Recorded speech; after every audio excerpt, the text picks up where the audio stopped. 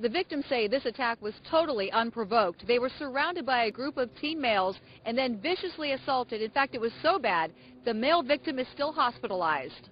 It's terrible. Sad and angry. Neighbors on West 50th Street react to the savage assault that happened on their usually quiet street. I said, exactly what went on? He said, well, this is probably going to be a homicide scene. I said, excuse me? He said, yeah. He said, somebody was just now, quote, just now, beaten to death in your driveway. But the attack didn't just happen late Wednesday night when police were out investigating. It actually occurred around 1:30 Wednesday afternoon. An 18-year-old girl and her 18-year-old boyfriend, both honor students at Max Hayes, got off the bus at West 50th in Memphis. The girl's mother says a group of boys from a different school began taunting them because they are an interracial couple. Then, according to the police report, the male teenagers began threatening the couple to punch him in the face. Finally, the boys did attack, hitting the girl and punching and kicking her boyfriend. You can still see the marks on the ground where he fell. Most people were at work, but Gil James says his fiancée called 911. This incident happened at 1:30 when she called 911, and no one came to investigate that. Instead, the boy's family took him to Fairview Hospital, and doctors there life-flighted him to Metro Health Medical Center in critical condition. It's very upsetting to see that and watch that in your neighborhood. Now, several of the suspects have been apprehended. Police are still looking for the rest of the teen boys. When they are caught, they face felonious assault charges. Now, the good news tonight is that the male victim has been upgraded now to fair condition. In Cleveland, Suzanne Stratford, Fox 8 News.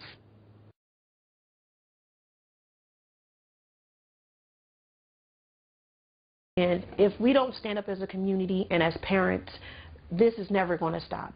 Sharita Pritchett is a mother on a mission just 3 days after her daughter and her daughter's boyfriend were brutally beaten by a group of teens on their way home from school.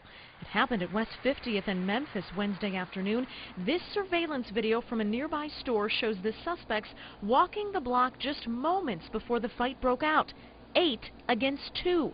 First punching her daughter, then her boyfriend. And they were kicking him in his head, and Brandy threw her body on top of Jeffrey, and to get them to stop. And that's when the actual altercation stopped. She took her hoodie that she was wearing, wrapped it around under his armpits, around his waist, and used it to pull him a block to his house. 2 of the suspects have since been charged with felonious assault.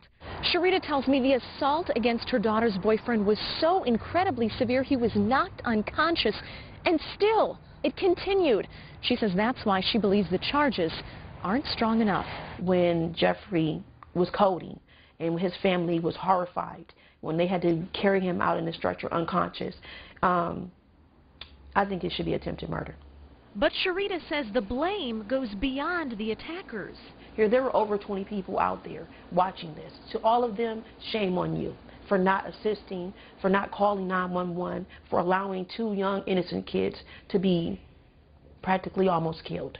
A violent moment that could have been made much worse, Sharita says, if not for her daughter's brave action. And I'm very proud of my daughter. I really, really am. And both of them are heroic young people on their way to college, and they're going to be better because of this.